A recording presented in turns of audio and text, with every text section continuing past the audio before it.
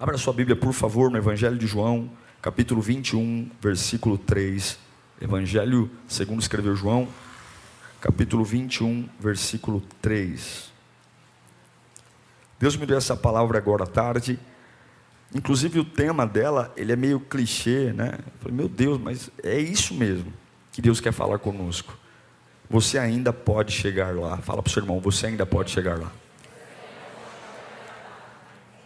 Eu briguei um pouco com o Espírito Santo, mas quem manda é Ele. Então, algumas vezes a gente fica tão querendo, né? A gente vai virando pregador, vai ficando meio besta. Não vou pregar isso não, né?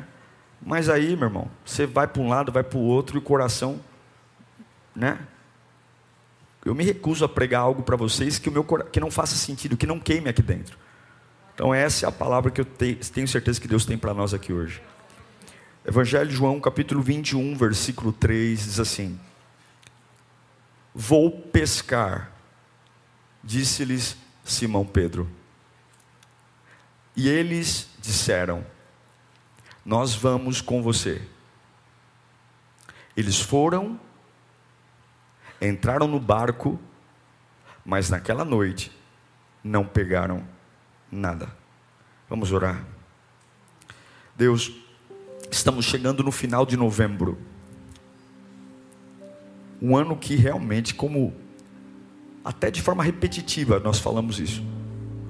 Um ano que a gente não tem noção de nada. O mundo agora treme diante de uma ameaça, de uma segunda onda do Covid. Mas nós agora vamos ouvir alguém que já sabe como é o nosso futuro. Alguém que antes da fundação do mundo já sabia tudo o que ia acontecer. Como é bom te ouvir, Senhor. Como é bom ouvir alguém que tem domínio, controle. Que dos lugares que eu tenho medo, o Senhor já esteve lá. Oh Deus, fala conosco, e fala tão profundamente, ao ponto da nossa alma acender, ao ponto de eu ter a certeza, Deus falou comigo. E quando Deus fala comigo, Satanás simplesmente perde. Ele perde, porque ele pode mentir, mas quando Deus fala comigo, meu ser é preenchido, minha mente é preenchida, meu coração. Então eu imploro nesta noite, Pai amado, pela Tua palavra, fala com a Tua igreja, fala com cada um de nós, e me ajude, Senhor, que esta palavra não seja uma palavra de admiração, mas de compreensão, que não importa o grau de escolaridade, não importa a idade, dos jovens aos mais velhos, todos consigam sair desse culto tendo a certeza daquilo que o Senhor tem para nós. É o que eu te peço em nome de Jesus, amém. Todos nós temos um lugar de cura, um lugar que a gente fala, aqui é meu porto seguro, né? Aqui é o lugar que eu me sinto bem, aqui é o lugar que eu me renovo. Mas o que a gente faz quando os lugares que normalmente nos renovam estão devastados? Lugares, pessoas, que a gente fala, quando eu estou mal eu ligo para o fulano, quando eu estou mal eu vou ali. Todos nós temos algum lugar, alguém, que quando a gente está mal, a gente sabe que ali a gente encontra força. Mas o que a gente faz quando o lugar que a gente precisa ir está devastado? Esta passagem que li a vocês de João 21, 3 é uma passagem muito peculiar da vida do apóstolo Pedro, porque ele está devastado, porque o lugar de segurança dele está devastado. E aí é difícil, porque como é que você consegue dar algo a alguém quando o lugar que dá a você não está lá? Como é que você consegue encorajar pessoas se o lugar que te encoraja não está te encorajando? Como é que você consegue ser firme na fé se o lugar que te faz ficar firme na fé não está lá? A conta não fecha. A conta não fecha. E essa é a situação de Pedro. É exatamente nessa atmosfera que João 21 é escrito. Os discípulos abriram mão de tudo para seguir Jesus. Abriram mão de tudo. Largaram tudo. Profissão, patrimônio, família. Tudo para seguir um homem que apenas olhou para eles e disse: siga-me. Não houve promessas, não tinha contrato, não tinha nenhum tipo de organização já instituída. Era apenas um homem que passou perto deles e disse: siga-me, siga-me, siga-me. E eles largaram tudo. E a única esperança que eles tinham é que esse homem que os chamou para segui-lo iria restabelecer o reino de Deus na terra, seja tirando o Império Romano que oprimia os judeus, seja trazendo vida. E eles seguiram esse Jesus. Eles seguem Jesus fielmente. Nos 3 anos e meio do ministério de Jesus, eles estão lá. Eles viram Jesus fazer o primeiro milagre, transformando a água em vinho. Esses homens, esses discípulos, eles estavam lá no funeral da viúva de Naim, quando viram Jesus tocar no caixão, e surpreendentemente viram o jovem voltar a ter vida. Eles seguiram Jesus quando Lázaro morreu, e Jesus ainda se demorou para ir até Lázaro, e eles viram Jesus chegando lá depois de 4 dias, mandando retirar a pedra, e Lázaro vem para fora. Eles estavam lá, esses discípulos. Eles também viram um dia muito peculiar, quando uma mulher magra, que há 12 anos sofria de uma hemorragia, faz Jesus dizer: alguém me tocou. E aí eles não entendem, porque a multidão aperta Jesus, mas Jesus diz: alguém me tocou. Eles estavam lá nesse dia. Eles viram tudo isso. Eles viram quando um centurião encontrou Jesus, e ele disse: Jesus, não precisa que o senhor vá à minha casa, se o senhor liberar apenas uma palavra. Ah, que fé maravilhosa! Se o senhor liberar apenas uma palavra, eu tenho certeza que será suficiente para transformar a minha casa.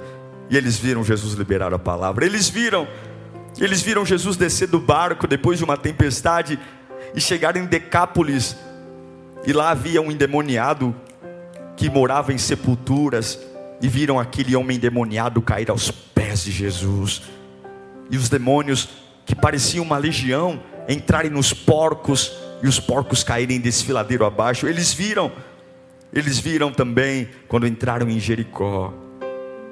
Eles viram um cego gritar: Jesus, filho de Davi, tem misericórdia de mim. E de repente Bartimeu é curado.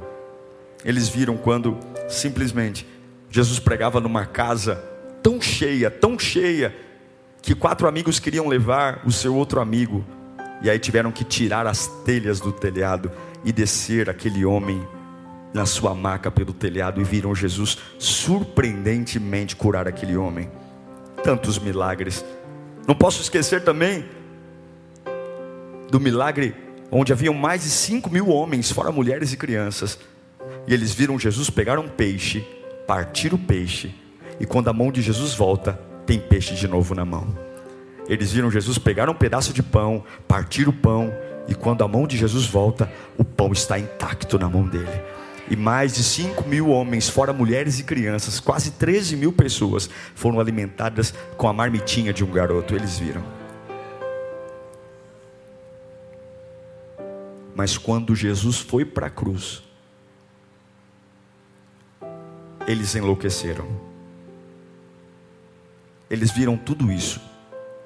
Eles largaram tudo para seguir a Cristo. Mas quando Jesus foi para a cruz, eles não suportaram. Porque aconteceu com eles o que acontece com a gente. O que nós fazemos quando o nosso Deus permite a gente viver algo que a gente não esperava? Eles não esperavam isso. Foram 3 anos de milagres, provisão, anúncio de um reino. E por mais que Jesus tenha os preparado, mas a cruz foi algo terrível. Terrível. Porque o Cristo da cruz não era um Cristo vitorioso, não era um Cristo maravilhoso, era um Cristo envergonhado, era um Cristo humilhado. E o que você faz quando você abre mão de tudo para seguir um Cristo que de repente te traz problemas, que de repente mexe com você? Eu larguei tudo, eu o segui fielmente por 3 anos, E agora, seguir Jesus é uma ameaça. Porque quando Jesus é preso, a bola da vez agora são os discípulos. E agora a fé pela qual eu me entreguei me obriga a me esconder em porões, me obriga a entrar debaixo de cama, a trancar as portas por dentro, porque a ficar em cavernas como crianças assustadas. Como que a minha cabeça fica quando simplesmente o Cristo que eu entreguei tudo, larguei minha profissão, minha família, e agora há uma fase que contraria tudo aquilo que eu acredito? E todo mundo lembra do que aconteceu com Pedro. Você lembra, não lembra? Quando ele dizia que estaria com Cristo para sempre, e Jesus disse para ele, momentos antes de ser preso, Jesus disse: Pedro, menos, antes que o galo cante, por 3 vezes você me negará. E é interessante que Pedro só se dá conta da bobagem que está fazendo quando ele nega pela 3ª vez e o galo canta. Irmão, eu não sei se você já se viu perdido alguma vez, mas se tem alguém que ficou perdido, foi Pedro. Imagine você largar tudo por algo, e de repente você vê o seu Cristo preso, você está sendo procurado como um bandido, e além de tudo isso, você nega a sua fé. Você diz que não crê. Você é um deles? Não, não sou. Você se parece com ele? Não, não me pareço. Você andou com ele? Eu já vi você com ele? Não, eu não andei. É assim que esse capítulo 21 foi escrito. Um Pedro estressado e sem rumo, porque a cruz devastou todo mundo. E agora já não bastava o meu Jesus ter sido preso, não bastava Jesus ter sido preso, apanhado e eu ter negado. Agora surge um boato. Algumas mulheres vêm correndo do túmulo dizendo que ele ressuscitou. Não, isso é demais para mim. É demais. Se não bastasse me ridicularizar por seguir Jesus, agora levantam boatos que ele ressuscitou. As mulheres vêm correndo contando isso. Não, já me chamaram de louco, já me chamaram de fanático, de lunático, mas agora não, agora isso é uma insanidade. Como que podem? Pedro ainda não tinha visto Jesus ressurreto, apenas os boatos. E Pedro não cai na cachaça, Pedro não corta os pulsos, Pedro não vai usar droga, não vai para a biqueira. Ele simplesmente, ele abandona aquilo pelo qual um dia ele largou tudo para fazer. Ele abandona a ideia de ser discípulo, ele abandona a ideia de servir Jesus, ele abandona. Ele não vai se drogar, ele não vai virar um herege, ele simplesmente diz: isso não é mais para mim, não é, eu não nasci para isso, eu não suporto isso, eu não preciso disso, acabou. E aí é o texto que li a vocês, ele olha para os discípulos e diz: eu vou pescar, eu vou voltar a ser quem um dia eu fui, eu vou pescar, tragam minhas varas, tragam as iscas, me preparem um barco, porque esse lance de seguir Jesus já era, acabou, é demais para mim. Eu não sei se você já passou por fases da vida está tão opressora que você abre a boca e fala: é demais para mim, meu, não dá. Você olha para a tua trajetória e fala: não, eu não mereço isso, eu não mereço passar por isso, eu não mereço lidar com isso, eu não mereço ouvir isso, eu não sirvo para isso, então é demais para mim, chega, eu vou voltar a pescar. Legal, eu vi tudo isso, eu vi os milagres, eu vi, mas a cruz me detonou. E todos nós temos uma fase que nos detona, todos nós. Se você não teve, se prepare que você vai ter. A fé cristã precisa de fases que nos detonem, e essa frase detonou todos eles, arrebentou, enlouqueceu. Pedro entrou numa fase de um cansaço tão extremo, que ele falou: não adianta, eu não quero mais ajudar ninguém, eu não quero mais pregar o evangelho, eu não quero mais saber de Jesus, chega, eu quero minha vida de volta, eu quero voltar quem eu era, eu quero paz. Acredite, o inimigo fará de tudo para você acreditar que acabou. O diabo fará de tudo para você pensar que acabou, porque ele quer que você pense que você não é mais elegível, que você não é mais nada. Ele quer que você pense que as fases que nos detonam simplesmente comprometeram todo o nosso destino, e agora é hora de dizer: acabou. Mas eu quero que você abra muito bem os seus ouvidos, porque essa não é a mensagem que eu queria pregar, é a mensagem que Deus quer que você ouça. Abra bem seus ouvidos, abra bem sua mente, para ouvir que o Senhor te ama, para ouvir que Deus te ama, e Ele não se importa com o que ouve, e Ele não tem vergonha de você. Deus não tem vergonha de você. Deus não tem vergonha. Satanás vai trabalhar com todas as forças para que você se esqueça que antes de Deus te chamar, Ele já sabia dos teus fracassos. Antes de Deus me chamar, Ele já sabia dos meus tropeços. Antes de me chamar, Ele sabia das fases que eu simplesmente ia me perder tanto. E mesmo sabendo de todas as minhas vergonhas, mesmo sabendo de todas as minhas derrapadas, Ele ainda assim me chamou. O inimigo quer que você se esqueça que apesar de fases de bagunça, onde pela precipitação e ansiedade trocamos os pés pelas mãos, nós temos que entender que Deus nos ama. Agora pense um pouco em Pedro. A cruz bagunçou ele, mas você tem que entender uma coisa: Pedro viveu em um mundo de cruzes. Nós cristãos gostamos de pensar que Jesus foi o único homem crucificado, mas a história prova que isso é um mito. A forma que os romanos usavam para controlar os judeus era com a cruz. A forma que os romanos tinham para fazer os judeus se curvarem diante das ordens de Roma era crucificar os homens, pendurando eles em madeira, num sol a pino, morrendo, e vendo os abutres devorar suas carnes, e ficavam estendidos por dias. Pedro, ele cresceu vendo pessoas sendo crucificadas. Pedro cresceu vendo pessoas sendo penduradas, esticadas e devoradas por abutres, porque essa era a forma de poder que Roma usava para intimidar os hebreus. Era isso: eu te mato se você não me obedecer, eu te crucifico se você não me obedecer. É nesse contexto que Pedro viveu a vida inteira, em um mundo de intimidações, em um mundo que não resta dúvida: quem não obedece morre na cruz. Eu imagino que toda criança judia com certeza tinha medo da cruz.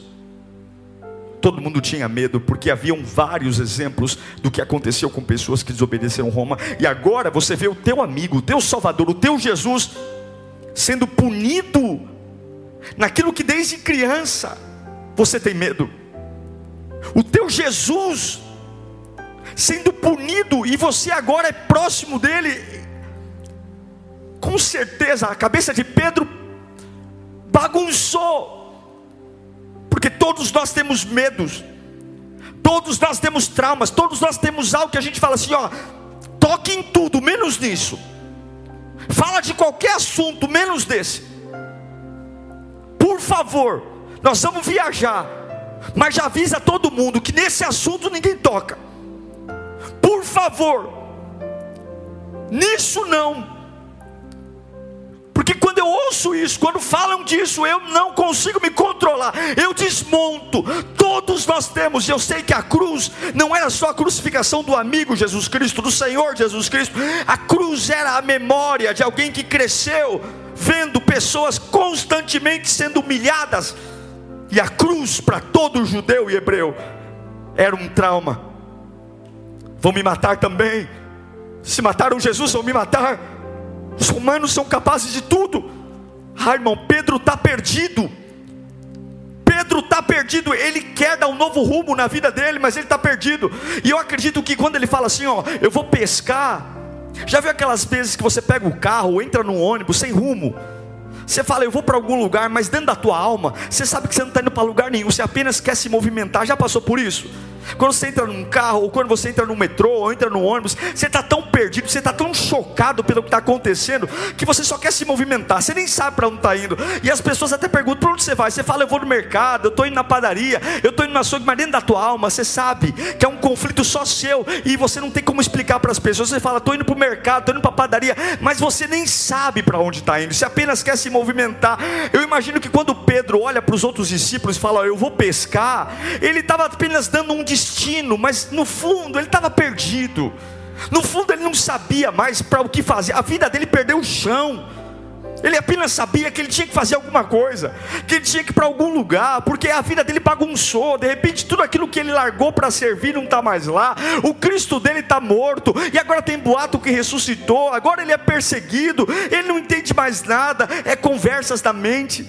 Todos nós já passamos por fases assim, coisas que fomos bombardeados. A gente simplesmente quer se movimentar. A gente começa a rir das piadas dos amigos, mas ri só para não ficar chato, porque a gente nem está se divertindo, a cabeça está longe. A gente começa a ouvir histórias dos outros e está com os olhos vidrados lá, mas a cabeça está longe, porque a gente está perdido. Porque a gente sabe que deveria estar em algum lugar, mas não tem lugar para estar. Eu deveria estar fazendo alguma coisa, mas Jesus morreu, e agora? Era para eu estar pregando, mas eu não tenho coragem. Era para eu estar pregando, mas eu neguei. Era para eu estar fazendo, e agora eu quero voltar a pescar. Mas como voltar a pescar? Eu larguei tudo, eu não tenho barco, eu não tenho nada. Eu simplesmente não sei o que fazer. Irmão, se você nunca passou por isso, é algo devastador. A gente fala: eu pensei que estaria vivendo isso agora. Eu pensei que estaria vivendo agora. Poxa vida, depois de ver a cura, a água virando, a água se transformando em vinho, depois de ver os Lázaro, eu pensei que agora nós seríamos alguém diferentes. Eu não imaginei que eu tinha que ficar me escondendo em porão. Não imaginei que depois de tudo que eu vi, o sermão da montanha, depois de ver Jesus, poxa vida, eu andei sobre as águas, meu. Eu andei sobre as águas. Eu vi, você sabe que andar sobre as águas? Eu andei sobre as águas, cara. Eu fui no Monte da Transfiguração. Eu vi a glória dele. Como é que pode, depois de tudo que eu vivi, não ter rumo? Eu estou perdido. Como é difícil quando a gente olha para trás e Deus simplesmente permite que a gente fique perdido. Eu me perdi. E Pedro, para mim, ele fala que vai pescar só para dar uma desculpa, porque ele está perdido, ele não sabe o que fazer. A gente tem um GPS, mas não sabe para onde ir. A gente tem um telefone celular, mas não sabe para quem ligar. A gente tem um monte de contato, mas não tem um que consiga falar nada. E tem vezes que é tão difícil falar o que a gente sente, que a gente tem preguiça de dizer para os outros. Já passou por isso? As pessoas nos perguntam: como é que você está? E você fala que está tudo bem, porque você tem preguiça, você não tem nem força para contar. É assim que Pedro está. E eu amo a Bíblia, porque a Bíblia não mostra heróis. A Bíblia mostra homens como eu e você, passivo das mesmas dificuldades. E aí, irmãos, Jesus ressuscita. Pedro ouve o boato que Jesus ressuscitou, entre aspas, boato, mas ele não acredita. E ele fala: isso é demais para mim, eu vou voltar a pescar. Agora, algo que eu acho lindo na Bíblia. O evangelista Marcos registra algo lindo. Em Marcos capítulo 16, versículo 7. Quando Jesus ressuscita, e o anjo dá a primeira voz de comando depois da ressurreição às mulheres: vão e digam a quem? Aos discípulos. E quem mais? Vão e digam aos discípulos. Vão e digam aos discípulos. Vão e digam aos discípulos. E a Pedro: vão e diga aos discípulos que eu ressuscitei. E a Pedro.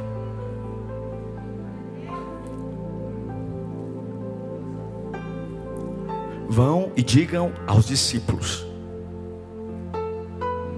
E diga também quero te falar sobre um Deus que pode alterar todos os seus caminhos. Eu quero te falar de um Deus que pode redirecionar histórias. Eu quero te falar de um Deus que pode pegar a vida mais bagunçada que existe, a mente mais bagunçada, e Ele pode redirecionar essa pessoa. Mesmo que você esteja reduzido a uma vergonha, mesmo que você esteja reduzido a nada, mesmo que você esteja reduzido à incapacidade total, alguém que está tão perdido que preencheu a agenda com um monte de coisa para fazer, mas sabe que não se encaixa mais em lugar nenhum, estuda e não se sente bem estudando, mora na família e não se sente bem, porque algo redirecionou você para a morte. Você se perdeu, nunca mais foi o mesmo, mas talvez você ache que acabou, mas Deus me trouxe aqui para dizer: você ainda pode voltar a ser quem você era. Pedro sabia que não foi forte o suficiente. Ele sabia, como nós sabemos, que tem horas que nós não fomos maduros o suficiente, não fomos capazes o suficiente, não tivemos uma fé suficiente, largamos tudo porque fomos frouxos, fracos, e para muitos a gente não serve para nada mais. Mas eu quero te dizer que Deus é Espírito e Ele conhece o seu coração, e Ele vai olhar para você de uma forma diferente. A ordem de Deus para as mulheres é: vão dizer aos discípulos e a Pedro. Sabe por quê que Ele fala e a Pedro? Porque Pedro, ninguém via mais ele como discípulo. Ninguém via mais ele como discípulo. O anjo teve que especificar: digam aos discípulos e diga a Pedro, porque o homem que andou sobre as águas, o homem que estava no monte da transfiguração, o homem que estava no Getsemane, ele nem se parece mais com o discípulo. Se o anjo não falasse e a Pedro, ninguém ia lá para falar para ele, porque ninguém via mais Pedro como discípulo, ninguém via mais ele como nada. Vou te dizer uma coisa: você pode ter andado sobre as águas, você pode ter ido no monte da transfiguração, você pode ter um currículo maravilhoso, mas quando você cair, já era para os homens, já era. Você pode ter feito sinais e maravilhas e prodígios, mas quando a vida te deixar perdido, ninguém te verá mais como discípulo. Ninguém vai colocar você na média e dizer: aquele ali era, acabou. Mas que bom que o nosso Deus, quando ressuscita, Ele sabe que as pessoas não veem mais valor em Pedro. Ele sabe que as pessoas não o veem mais como discípulo. Eles sabem que as pessoas não o veem mais como uma autoridade. Pedro não é mais nada. Mas apesar de não ser mais nada para os homens, a ordem é: vão e digam aos discípulos e diga a Pedro, porque vocês não o veem mais, mas eu vejo. Vocês não valorizam mais, mas eu valorizo. Vocês não acreditam mais nele, mas eu acredito. Vocês não conseguem mais vê-lo como alguém que pode se levantar, mas eu vejo. Vocês não conseguem ver alguém que pode mudar a história, mas eu vejo. Então digam aos discípulos, digam àqueles que são fortes, sim, digam àqueles que não voltaram a pescar, diga àqueles que estão aí retumbantes, mas diga àquele que não teve força suficiente e que me largou, que me negou, porque não há nada que ele tenha feito que mude o que eu sinto por ele. Eu não sei como é que você chegou aqui, eu não sei o que você tem vivido, e talvez você não é mais o que você foi um dia. Talvez você não é mais reconhecido como um pregador, como um grande pai, uma grande mãe, um grande empresário. Talvez as marcas que você tinha antes, talvez os pedigrees, os currículos. E é interessante que algumas vezes a gente não é mais conhecido pelo nome, não é mais conhecido pelo currículo, pelo diploma. E Jesus não diz: não digam ao grande apóstolo, diga a Pedro, porque ainda que os nomes que os homens te dão não sirvam, Jesus te chama pelo nome. Ele sabe quem você é. Eu não sei se ele ainda é discípulo ou não, mas dá o recado para ele: eu não desisti dele. Eu não sei se ele está no círculo de referências, eu não sei se ele é lembrado, eu não sei se ele é um grande homem para vocês ainda, mas vão lá dizer que eu tenho um plano para ele. Vão lá dizer que eu não esqueci dele. Vão lá dizer, ele não é o melhor, ele é atrapalhado. Pedro é uma bagunça, ele cortou a orelha do soldado Malcolm. Pedro é uma bagunça ambulante. Mas vão dizer para ele que mesmo com a bagunça que ele se tornou, isso não me ofende, eu tenho um plano para ele. Talvez você está dizendo, pastor, eu sou uma bagunça. Isso não quer dizer que Deus vai aceitar sua bagunça para sempre, não. Mas ele quer dizer que aquilo que ele tem para você é maior do que a bagunça que você e eu se tornamos. E ele vai dizer, olha, diga lá para os santinhos da igreja, diga lá assim para os discípulos poderosos, mas diga também para Pedro que eu estou vivo. Eu não sei se gostam dele ou não, eu não sei se ele é bem visto ou não, mas diga que eu o ressuscitei. Vai lá dizer para Pedro que ainda não acabou. Vai lá dizer para Pedro que ainda não acabou. Ainda não acabou. Deus manda dizer para algumas pessoas aqui, ainda não acabou. Ainda não acabou. A sua vida está uma bagunça. Você sabe que está perdido, você sabe que a tua agenda está cheia, você sabe que você tem rotina para fazer de segunda a segunda, mas você sabe que você está perdido na alma, você sabe que não sabe o que fazer, você sabe que a sua vida está uma bagunça, você sabe que a cruz arrebentou você, você sabe que tem coisas que você se apoiava, que te fortaleciam, que de repente pararam de existir, e agora você fala, o que vai ser de mim? A minha vida está uma bagunça, e não dá nem para ir, nem para voltar. Mas hoje Deus manda dizer, você é muito diferente daquilo que um dia você já foi, mas eu ainda tenho um plano para você. Vão lá, digam aos discípulos, mas diga também a Pedro, diga para ele vir me encontrar, diga para ele, meu irmão, assim como um dia eu te chamei para andar sobre as águas e você andou, assim como um dia eu te chamei para ser pedra, Pedro, tu és pedra, sobre você edificarei a igreja. A igreja católica tem como apóstolo Pedro o primeiro papa da história. O primeiro papa da igreja católica é Pedro, ao ponto de que a basílica no Vaticano leva o nome dele, Basílica de São Pedro. Um homem que viu Jesus na transfiguração, mas que negou, ele foi fraco, negou. E quando Jesus diz, olha, digam aos discípulos, e a Pedro é como se ele falasse, eu não ligo para o quanto você me negou, eu não ligo para o quanto você é uma bagunça, Pedro, eu não ligo para o quanto você foi fraco e incapaz de declarar o meu nome naquela noite. Eu apenas quero que vocês digam para ele que ainda não acabou. Digam a Pedro. E não importa se vocês, Maria, Marta, não importa se vocês não veem mais como meu discípulo, não importa. Não importa se vocês não veem nele mais alguém digno de estar perto de vocês. E é por isso que eu não estou chamando ele pelo título, pelo pedigree, pelo cargo. É por isso que eu estou chamando ele pelo nome dele.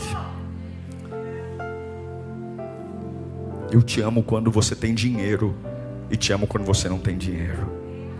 Eu te amo quando você está por cima, e amo você quando você está por baixo. Eu amo você quando você tem todos os amigos do mundo, e amo você quando você só tem um quarto escuro para chorar. Eu amo você. Eu amo você, e eu quero que você entenda e perceba hoje que através do poder genuíno do Evangelho é possível. Você ainda vai chegar lá, Pedro. Eu não sei quantos Pedros temos aqui, eu não sei quantos Pedros, mas Jesus mandou trazer essa mensagem para você. Diga a ele que eu quero vê-lo de novo. Diga a ele que eu quero encontrá-lo de novo. Deus me pegou na tarde desse dia para trazer essa mensagem para alguns Pedros que estão aqui. Olha, diga para eles que eu os quero ver de novo, que eu quero encontrar de novo, que ainda não acabou e que ele ainda pode chegar lá. Apesar de ser uma bagunça, apesar de ser muito diferente de quem já foi um dia, apesar de ter uma vida totalmente atrapalhada, apesar de ter perdido os títulos, a honra, o dinheiro, a família, diga para ele que eu não me envergonho nele, eu apenas quero ver de novo, diz o Senhor. Eu não sei onde você está, eu não sei. Eu não sei se as pessoas te reconhecem, eu nem sei se você se reconhece. Mas Deus me mandou entregar essa mensagem para você. Ele mandou hoje, a 1h da tarde, quando Ele me deu essa palavra, para dizer para você que Ele continua em movimento, que Ele continua tentando e procurando mexer com você. Agora, pense de verdade antes de nós orarmos. Será que nós não estamos perdidos? Será que nós não demos a desculpa de Pedro? Vou voltar a pescar apenas para fazer alguma coisa, mas dentro da minha alma eu não sei para onde ir. Eu não sei o que fazer. Trabalho em 3 turnos. Não é porque eu preciso de dinheiro, não. Eu trabalho em 3 turnos porque eu estou procurando alguma coisa para fazer. Eu não tenho critérios para colocar alguém perto de mim, porque estou desesperado atrás de um lugar destino. E não importa nem se a pessoa aos meus olhos presta ou não presta, eu preciso de um lugar destino. Eu preciso voltar a pescar. Você sabe que está longe do propósito de Deus, mas porque está perdido, ocupa a sua vida fazendo coisas como voltar a pescar. Todos nós já passamos por um momento, irmãos, que o coração dói tanto, dói tanto, dói tanto,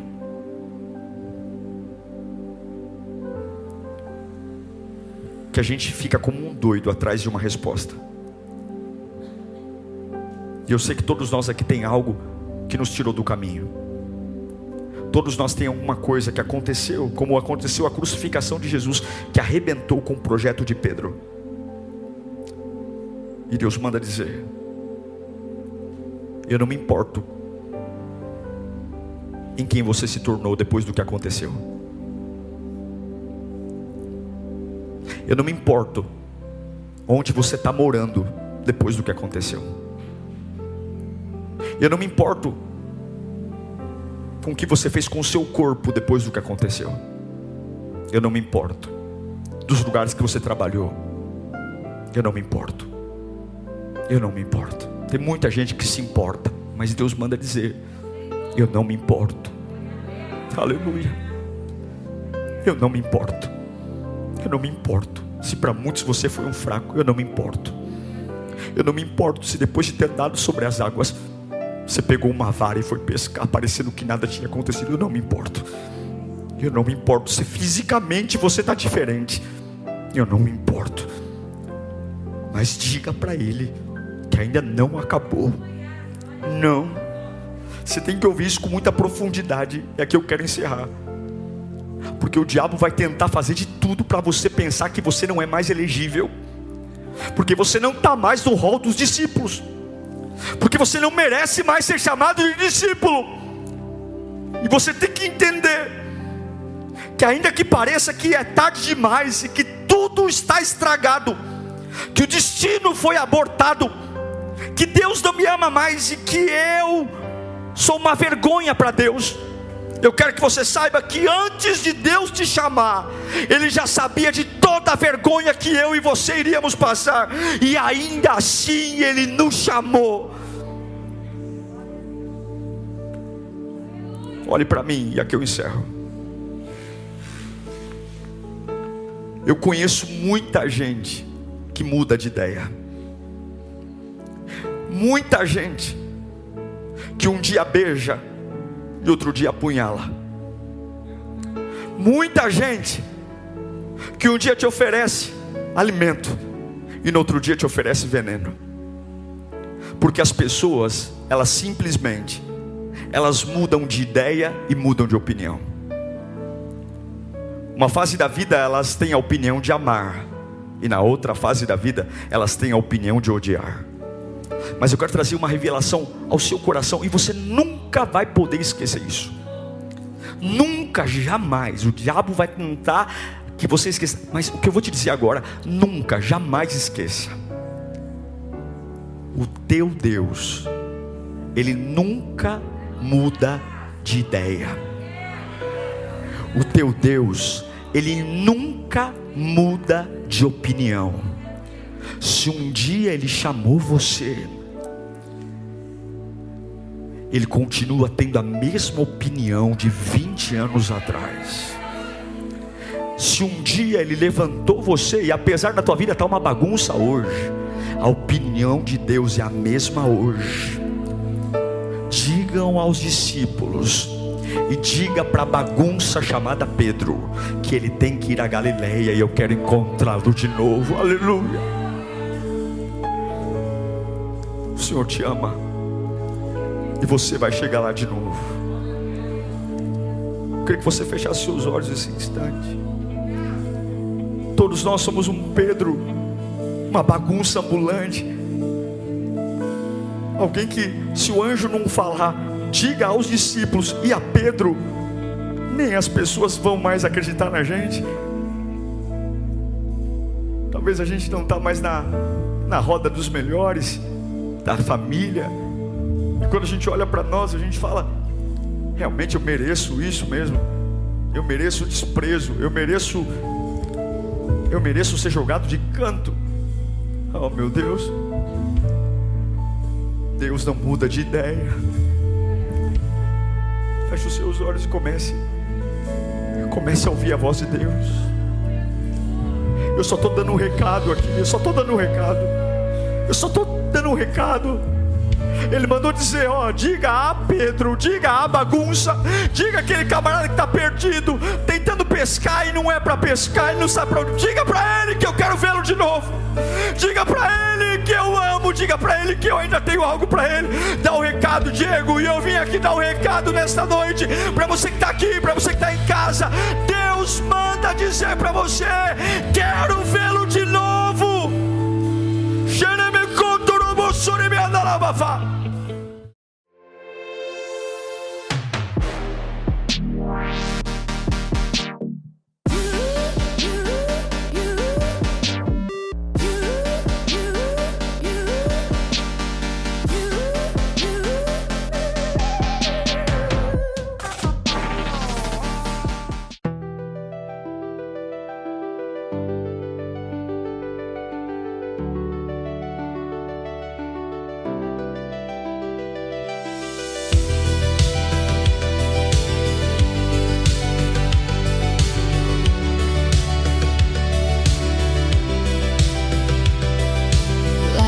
Drift into the night, golden sparks, gentle flight.